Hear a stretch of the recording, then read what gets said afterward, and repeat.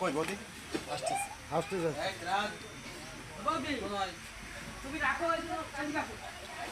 হ্যাঁ মেবা আর একটু কাছে আগে বৌদি আসছে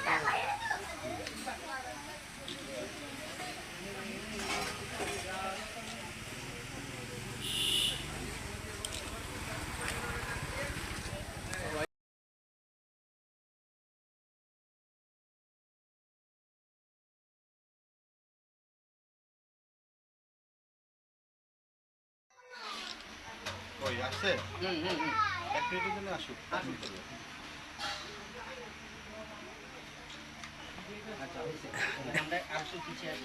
ওকে ওকে ওকে বৌদি এখানে আসো এখানে আসো বৌদি এখানে আসো বৌদি এখানে আসো বৌদি এই পাশে চলে যান এখানে দাঁড়াও।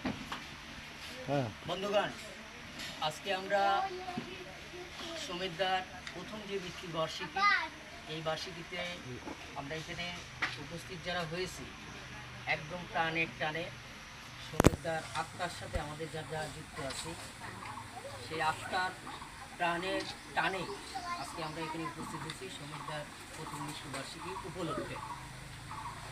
বলতে হয় যে সমিতদার সারাটি জীবন মাটি এবং মানুষের কথা বলেছে এবং শহর কেন্দ্রিক না হয়ে গ্রাম কেন্দ্রিক গ্রামের থেকে নিজে বাংলাদেশে যে শিল্প রচনা করে গিয়েছে সেই শিল্প আমাদের দেখার সৌভাগ্য হয়েছে তার কাজ দেখার সৌভাগ্য হয়েছে।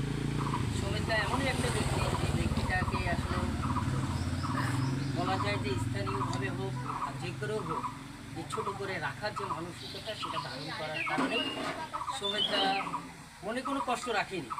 সে জানে যে বাস্তবতা যা তার মধ্য দিয়ে আমাকে চলতে হবে। সেই জায়গাটাতে সমিতদার আজকে প্রথম যে মৃত্যুবার্ষিকী এই বার্ষিকীতে আমরা সবাই মিলে সমিতদাকে শ্রদ্ধাঞ্জলি শুরু করছি।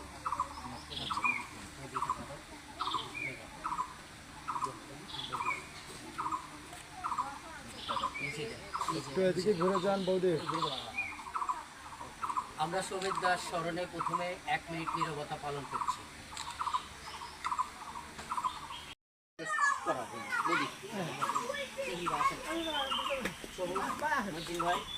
ছোট করে একটু স্মরণ করি। সেটা হচ্ছে যে আমি তখন ছাত্র অনার্সে পড়ি, দাদা অনেক পরে গিয়ে মাস্টার্স প্রোগ্রাম শুরু করেন। ঠিক দাদার সাথে নানা জায়গা থেকে এটা পাওয়া যায়। সমিতদা আমার কাছে একজন শিক্ষক ছিল এবং শিক্ষকের মতোই উনি আমার কাছে অন্তত ভূমিকাটা রাখছে। এবং সমিতদা সেই শিল্পী যাকে অন্যান্য আমরা হয়তো ইউরোপিয়ান স্ট্যান্ডার্ডে বা ইউরোপিয়ান সিলেবাসে পড়াশোনা করছি, সমিতদাও করছেন, কিন্তু সেখান থেকে আমরা দেশজ কথাবার্তা যে বলবো ছবির ভিতর দিয়ে সেটা সমিতদার কাজের ভিতর দিয়ে সমিতদা বারবারকে দেখাইছেন এবং আমাদের মতো যারা তরুণ তাদেরকে ওই স্বপ্নটা দেখানোর চেষ্টা করেছে যে আমরা আসলে কোন ভূখণ্ডে জন্মগ্রহণ করছি এবং আসলে আমাদের ছবির ভাষাটা কী হওয়া দরকার। তো সমিতদা আসলে শিল্পীর কোনো দেশ হয় না, আসলে শিল্পী বলা হয় যে শিল্পীর কোনো কাঁটাটা থাকে না, সারা পৃথিবীতে কোনো ব্যারিয়ার থাকে না। তো সমিতদা হয়তো নড়াইলের এই যে জায়গায় আজকে শুয়ে আছে কিন্তু তার কাজটা আসলে কোনোভাবেই এই জায়গার অনুযায়ী না। এখন এইটা আমরা কিভাবে শিল্পীর কাজ আসলে তার করে যাওয়া, শিল্পীর কাজ আসলে এটাকে ছড়াই দেওয়া সবসময় তা না। এখন বাদ বাকি কাজ আসলে আমাদের যে এইটাকে আমরা কীভাবে সামনে নিয়ে গিয়ে তাকে রাখবো বাঁচায়, এইটা আসলে শিল্পীর কখনোই কাজ না, শিল্পী তার কাজটাই করে যাবে। এই ভূখণ্ডেরই একজন খুব বড় শিল্পী, মানে বিশ্ব পরিক্রমায় যে শিল্পীকে আমরা নড়াইলকে চিনাইছে, বাংলাদেশকে সে শিল্পী পরিক্রমায় চিনাইছে শিল্পী এস এম সুলতান। আমরা জানি যে তাকে কি ফাইটটা করতে হয়েছে সারা পৃথিবীর সাথে। এটা শিল্পীকে প্রতিনিয়তই ফাইট করতে হয়, মৃত্যুর আগেও করতে হয়, মৃত্যুর পরেও করতে হয়, এটা প্রতিনিয়ত।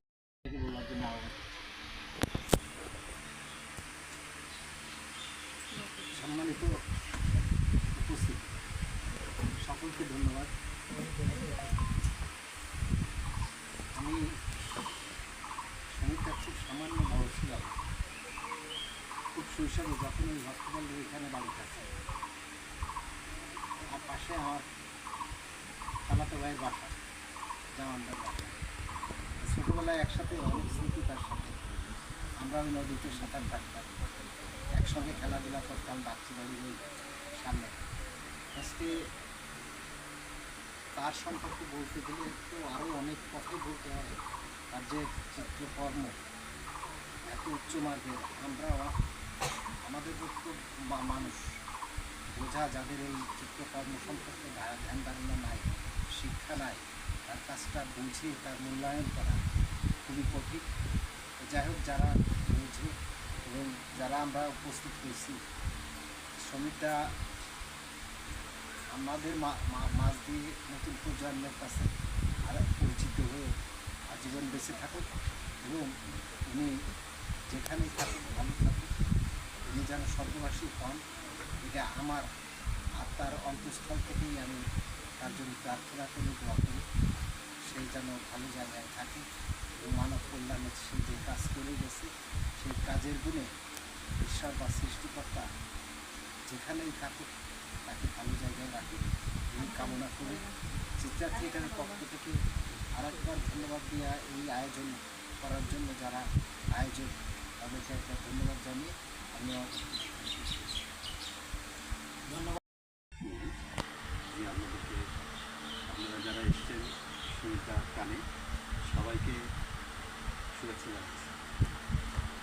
তবে এই শুভেচ্ছা শোকাচ্ছন্ন আসলে শোকাচ্ছন্ন শুভেচ্ছা হয় না এরকম, কিন্তু কবিরা শব্দের ভিতর দিয়ে তাই না কত কিছু বলে। আজকে যে এসছি আমরা সুমিতার জন্য খুবই শোক গেলবার আসতে পারিনি, যখন মারা গেছিল আসতে পারিনি, সেই পাপড়টা এখন আছে। কেন আছে? কারণ আমি এত বড় একজন মানুষের সাথে মিশেছি যে আসলে তার দামটা আমরা জীবিত কারণে বুঝতে পারি। যে উপস্থিতি পারস্যর একজন বড় কবি ছিলেন শেখ সাদি, তো তার কবিতার একটা জায়গায় এরকম আছে, আপনারা জানেন। তো একটা গল্প আছে, স্টোরি, যে বাচ্চারা একটা মুক্ত দানা নিয়ে, বড় মুক্ত দানা নিয়ে খেলা করছে, তো উপর দিয়ে একটা পথিক যাচ্ছিল। ওই পথিক যখন যাচ্ছে তো পথিক খেয়াল করছে, আরে বাচ্চারা না বুঝে মুক্ত দানা নিয়ে খেলছে, পা দিয়ে লাঠি মারছে, হাত দিয়ে করছে, ধুলোর মধ্যে গড়াগড়ি যাচ্ছে। তখন ওরা মনে করলো, আরে এত দামি জিনিস অথচ এই মুক্তোর দানায় নিয়ে এরা লাঠি মারছে। তো বাচ্চাদেরকে বলছে, এই তোমরা কি বিক্রি করবে এটা? তখন এই বাচ্চারা চিন্তা করলে কি বিক্রি করা যায়? তো বললো, আমি তোমাদেরকে 200 টাকা দিয়ে আমি কিনে নেবো। তো বাচ্চারা ভাবলো বিরাট ব্যাপার, 200 টাকা দিচ্ছে, বাচ্চারা সবাই মিলে মিষ্টি খেতে পারবে, অনেক কিছু হবে। তারপরে শেষে কী হলো, ওইটা নিয়ে ওই যে মুসাফির, ওই যে পথিক, সে মুক্তোর দানাটা পকেটে রাখছে। রেখে যখন সে রাস্তা দিয়ে হাঁটছে, হাঁটতে হাঁটতে সামনে যখন গিয়েছে তখন দেখে অটোমেটিক পকেট ভিজে গিয়েছে। কেন পকেট ভিজে গেছে? তখন ওই পথিক চিন্তা করছে যে নিশ্চয়ই কাঁদছে। তো ওই মুক্ত দানাকে সে জিজ্ঞেস করছে, মুক্ত দানা, আমি তো তোমার মালিক, তোমাকে তো আমি উদ্ধার করি, তোমার কেউ দাম বুঝতো না, সেখান থেকে সবাই লাঠি ঝাঁটা মারছিল, সেখান থেকে উদ্ধার করে আমি আজকে নিয়ে আমার পকেটে রেখেছি, তুমি কাঁদছো কেন? মনি, তুমি তো আমার মালিক, যেহেতু তুমি আমাকে কিনে নিয়েছো, কিন্তু কাঁদছি এই জন্য যে আমার দাম ওরা বুঝতো না, তাই লাঠি মারছিল, কিন্তু তুমি বুঝে আমাকে 200 টাকা দিয়ে কিনবে। আমার দাম কি 200 টাকা? একটা মুক্তি, আমি এত বড় একটা মুক্তোর দানা, আমার দাম কি 200 টাকা? এই দুঃখে আমি কাঁদছি। বাস্তবতা এই যে সমীরের সাথে আমরা মিশেছি, যে সমীর মজুমদারের সাথে আমরা মিশেছি, সেই সমীর মজুমদারের দাম এরকম না। এই গল্পের মতোই সমীরের দাম, আমরা মনিব হয়েও আমরা হয়তো অনেকের ছবি কিনে মনিব হওয়ার চেষ্টা করছি, কিন্তু সমীরের দাম আমরা জানি না। একটু আগে রেজাউর রহমান সবুজ শিল্পী, ও একজন খ্যাতিমান শিল্পী, ও যেভাবে বলছিল, তো ওয়ার্ল্ডের সমস্ত চিত্রকলা নিয়ে ও দেখাদেখি করে, পড়াশুনো করে, এবং বড় বড় গ্যালারিগুলোর সাথে তার সম্পর্ক। ও বলছিল যে ইউরোপে আমরা যেভাবে দেখি, যে ইউরোপকে আমরা পড়ি, ইউরোপকে নিয়ে কাজ করি, কিন্তু আমরা দেশজ কথা বলতে পারি না, দেশজ কাজ করতে পারি না। কিন্তু আমরা দেখেছি আমার পাশে যে নিখিল চন্দ্র, উনিও কিন্তু এই যে দেশজ কাজে করার জন্য সমীর আমাদের ওরকম একটা বড় রত্ন, যার দাম আমরা মনিব হওয়ার অধিকার দাবি করছি। এইটা কোনো চাও চলছে না, তার কোনো পানি চলছে, কাজ করছে, কী করছে, শুধু back skin colour colour colour colour. তখন মানে এত বড় ব্যাক স্কিন, কত টাকা রং লাগবে? উনি করলেন কি, পাওয়ার কালার দ্বারা ব্যবহার করলেন, পুরো ব্যাক স্কিন পানি মারো পিছন থেকে, আর উনি পাওয়ার কালার ছেড়ে দিচ্ছেন পুরো ব্যাক স্কিনে। তো এখানে এই গল্পটা বললাম যে এত বড় কাজ আমার মনে হয় না বাংলাদেশে আমি কাউকে দেখছি। নৃত্যকারে বলে, সেই নৃত্য তারা দেখছি, এবং আমরা শেষ করছি ভোর 4:30টায় সেই কাজটা। যখন সূর্য উঠছে একটা ফিগার দিচ্ছিলেন উনি, একটা সূর্যের মধ্যে একটা ফিগার দিচ্ছিলেন, একজন হাত মুষ্টি কর। কিন্তু যখন আমাদের সূর্য উঠতেছে, ওই সূর্য যে ওই সূর্যের সাথে মিল হচ্ছে, তখন সেই মানুষটার ফেসটা আসছে, তার আগ মুহূর্তে সে কোনো কেজি আসে শুধু ব্যাকস্ক্রিন কাজ। এরকম জায়গায় সুমিতদার কাজ খুব কাছের থেকে দেখা।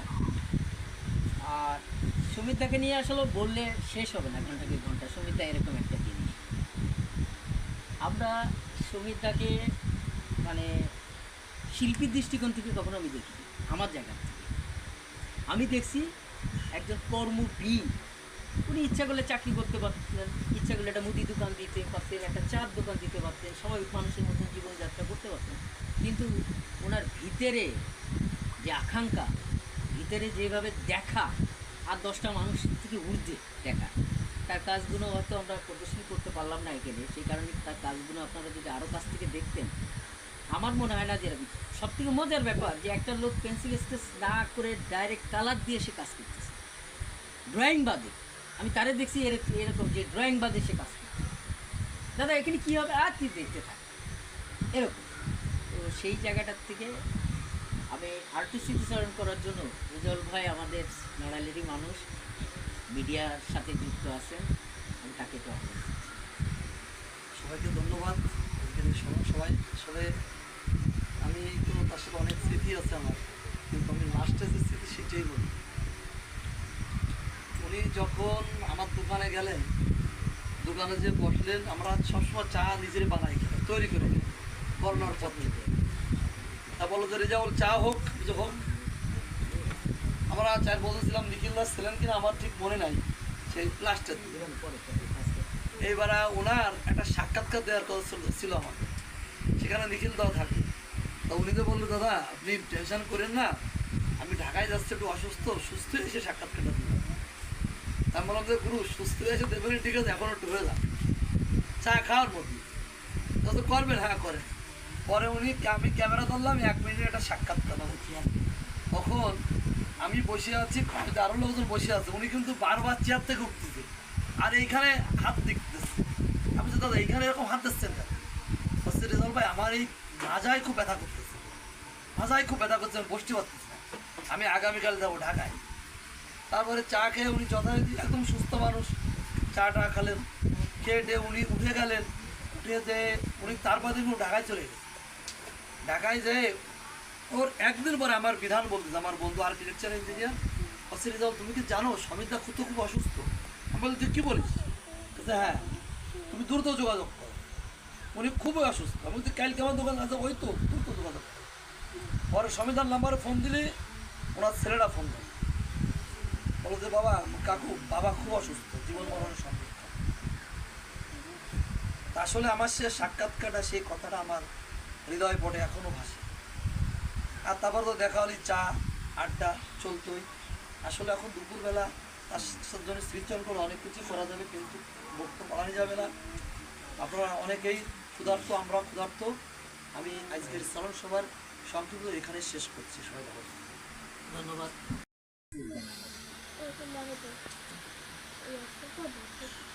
সবাইকে নমস্কার জানাই। স্বামীর আজ 1 বছর পূজা, সে এ জগৎ থেকে অন্য জগতে চলে গেছে, কিন্তু আমার মনে হচ্ছে সে কোথাও যায়নি, সে আমাদের ঘরে আছে। সে ওখানে কাজ করতো, আমি কিন্তু অনেক সময় কিন্তু দেখতাম ওই জায়গায়। সবই দাদা আসেন, সবই কিন্তু যদি মনে করতো যে আমি একটা 5তলা বিল্ডিংয়ের মালিক হব, আমি বাড়ি গাড়ির মালিক হব, সেটা কিন্তু সে পারত। সবই যে আমি প্রথম বগুড়া আর্ট কলেজে ওরে বললাম সবই দরখাস্ত করব। বগুড়া আর্ট কলেজের কমিটিতে ছেলে লাগছে আমার স্যার আব্দুল ঠাকুর, ওনার বাড়িও ওই বগুড়ায়।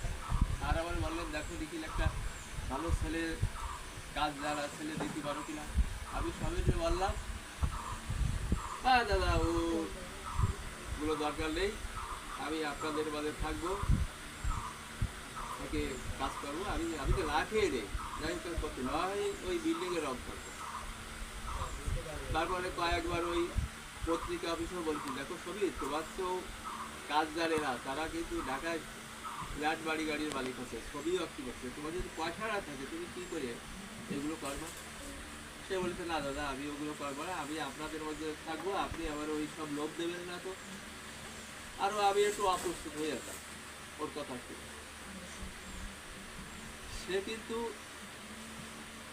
অনেক দারিদ্র্যের থাকতো থেকে, কিন্তু সে যে কাজ করত, কাজে সে কখনো অবহেলা করিনি। দেখা যাচ্ছে কাগজ টাগজ নিয়ে ওই দুবরা চলে গেছে, আমার সঙ্গে 2 দিন দেখা, কি সবই কোথায় গেছিলে? দাদা ওই এসে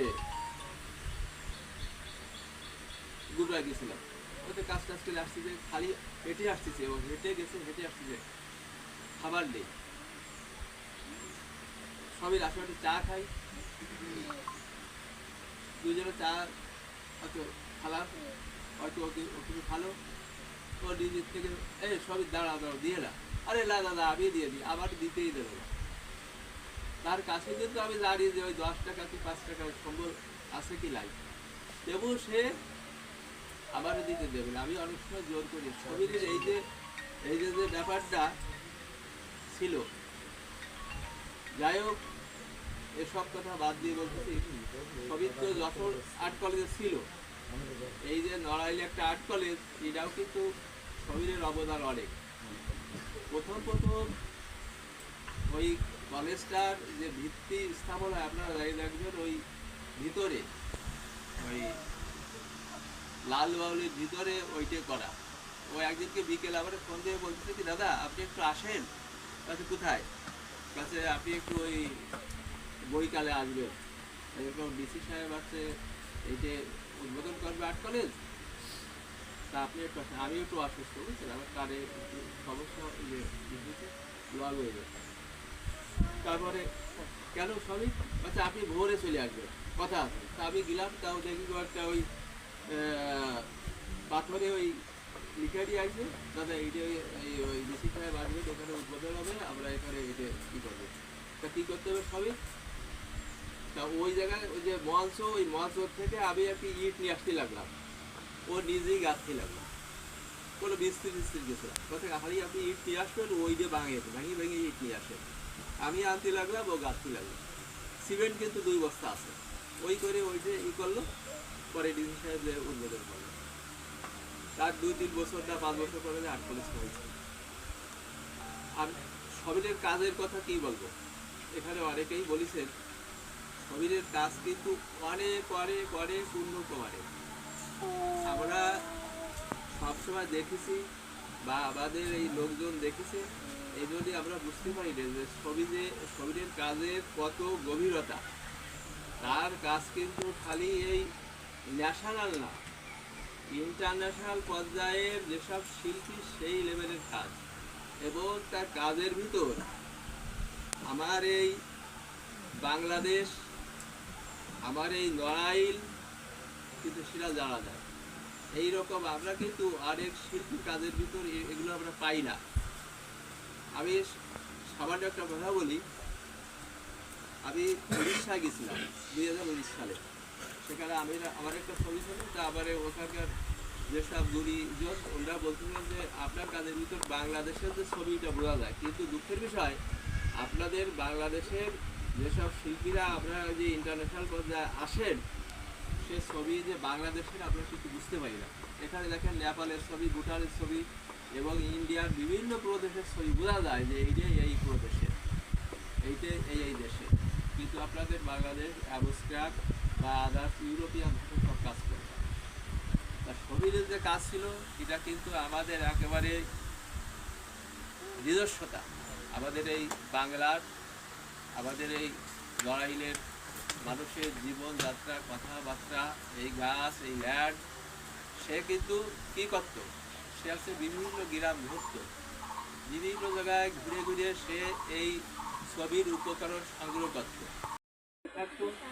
ছবির কিন্তু মরিছে আছে আমরা, তাহলে যদি আমরা বাঁচায় রাখতাম এই দেশ, এই জাতি আমরা কিছু পাতাম।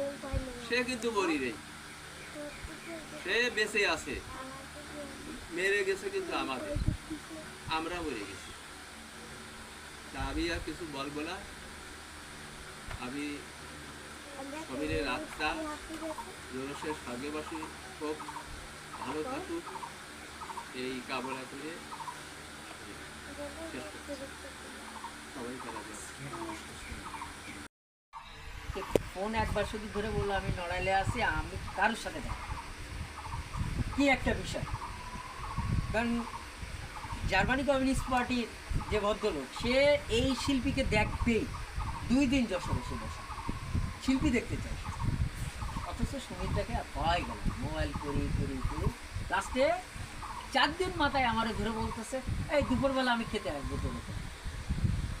যে ভদ্রলোকের আমি ডাকতেছি যে আপনার জন্য লোক অপেক্ষা করতেছে, আসেন দেখবে, তার একটা প্রেসও ছিল আমাদের কাছে, তার জার্মানির থেকে দিয়েছিল কিছু ব্যাস, দাদা নিয়ে যাওয়া ব্যাস সম্ভবত নিয়ে আসছিল কি নিয়ে আসেনি এটা মনে নেই। যাক, এরকম জায়গায় সুমিতদা বেঁচে থাকবে, সুমিতদা মরবে না। স্বপ্নিলের মা হয়তো আর 10 বছর আমি চাবো আমাদের মধ্যে, হয়তো মানুষ মৃত হবেই যখন, কিন্তু আমরা 10 বছর চাচ্ছি, স্বপ্নিলও 10 বছর মধ্যে তার একটা অবস্থান তৈরি হবে। সুমিতদাকে আজকে এখানে কেউ চিনতেছে, বাড়ির ছেলে তো কেউ চিনতেছে, চিনবো আমরা, আমাদের কাজ শুরু হয়েছে, আমরা চিনবো সুমিতদা। সুমিতদার তার যে পেন্টিং, তার যে কাজ, যারা অন্য মতলব তাদের থাকবে, আজকে স্পষ্টভাবে বলি সুমিতদার এই কাজ হাত দেওয়ার চেষ্টা করবে। সুমিতদা যতদিন বেঁচে ছিল আপনার সাথে কী কথা হয়েছে না হয়েছে সেটা সুমিতদা আর আপনি জানেন। সুমিতদা মারা যাওয়ার পরে সম্পত্তি তার ওয়াইফের এবং তার বাচ্চা এবং এই রাষ্ট্রের, এই 3 জন হচ্ছে এই সুমিতদার কাজের মালিক। এখানে আপনি ব্যক্তি আমাদের কোনো কাজে লাগবে না। আপনার সাথে যত কথা যত ডকুমেন্টই থাকলে আসেন, ডকুমেন্টই থাকলে একটা শিল্পীর সাথে যখন একটা কাজ নিয়ে এগ্রিমেন্ট হয়, একটা স্ট্যাম্প হয়, কিন্তু সেই স্ট্যাম্পটা নিয়ে এসে আমরা দেখালে আমরা অবশ্যই মেনে নেব যে হ্যাঁ দাদার সাথে তার কথা হয়েছে। আর দাদার কাজ এখনকার বাজার মূল্য, তখনকার বাজার মূল্য, হ্যাঁ আমার 1 কেজি চাউল লাগবে, আমাকে সেইভাবে নির্ধারণ করছে, কিন্তু এখন আর আমরা সেইভাবে নির্ধারণ করব না। তো সর্বশেষ বলি, আপনার সাথে দাদার যে জীবন, এই জীবনের খুব অল্প, আপনার যদি কিছু বলার থাকে, আজকে আমরা এখানে 20, 50, 100 যাই আসি, আমাদের কাছে আপনার একটা আহ্বান থাকে, সেই আহ্বানটা আপনি করবেন। আচ্ছা, তাহলে আজকে আমরা সভাটা এখানে শেষ করলাম। পরবর্তীতে আমরা যদি বেঁচে থাকি আমি দাদাকে নিয়ে কাজ করার চেষ্টা করবো, আর আপনারা আপনাদের যার যার জায়গা থেকে দাদার জন্য প্রার্থনাটা করবেন। আর বৌদি আর স্বপ্নিলকে একটু খেয়াল রাখবেন, এই হচ্ছে আমার রিকোয়েস্টটা থাকবে। তো আজকের প্রোগ্রাম আমরা এখানে শেষ করব। ধন্যবাদ।